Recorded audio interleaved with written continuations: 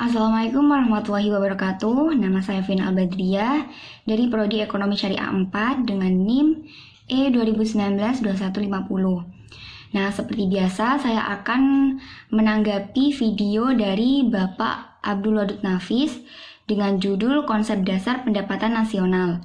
Nah, langsung saja ke pembahasannya. Jadi, Bapak Wadud menjelaskan bahwa pendapatan nasional adalah nilai total output akhir suatu negara dari semua barang dan jasa yang diproduksi dalam satu tahun. Nah, ada perbedaan sedikit untuk pendapat dari Alfred Marshall. Jadi, pendapat nasional menurut Alfred Marshall, seorang ekonom klasik, yaitu suatu tenaga kerja dan modal dari suatu negara yang mengelola sumber daya alamnya untuk memproduksi sejumlah neto komoditi, baik material maupun imaterial, dan termasuk jasa dan sejenisnya.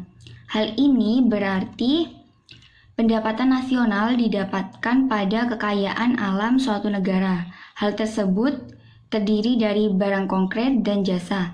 Alfred Marshall juga menjelaskan bahwa pendapatan nasional bukan semua yang diproduksi dalam satu tahun saja, karena beberapa produksi harus disimpan untuk tahun berikutnya, serta beberapa pendapatan harus dikurangi dari total depresiasi mesin produksi dalam menghitung pendapatan tahunan dan semua kerugian dalam perdagangan internasional.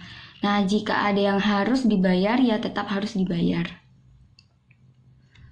Lalu dalam submateri Bapak Wadud,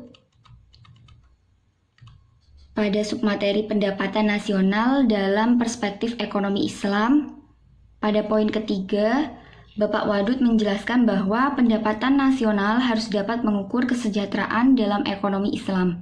Tetapi, sepertinya hal ini belum terlaksana dengan baik dan masih ada yang terlupa.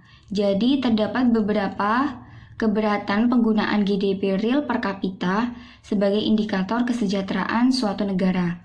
Yang pertama yaitu umumnya hanya produk yang masuk pasar saja yang dihitung dalam dalam GNP, tetapi produk yang dihasilkan dan dikonsumsi sendiri tidak tercakup dalam GNP.